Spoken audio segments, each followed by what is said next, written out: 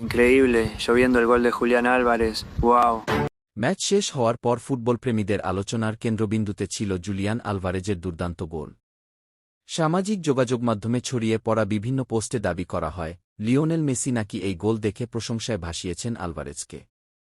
Viral হওয়া কথাগুলো অনুযায়ী মেসি বলেছেন, আলভারেজের এই গোলটি শুধু একটি গোল নয়, এটি তার আত্মবিশ্বাস, পরিশ্রম এবং প্রতিভার প্রতিফলন।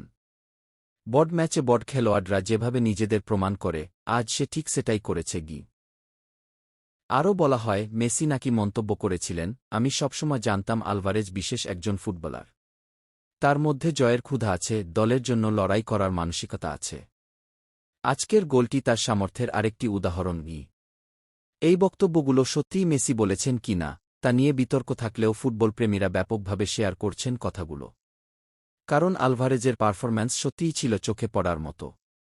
ম্যাচের গুরুত্বপূর্ণ মুহূর্তে তার নেওয়া সিদ্ধান্ত, বল নিয়ন্ত্রণ এবং নিখুঁত ফিনিশিং দর্শকদের মুগ্ধ করেছে।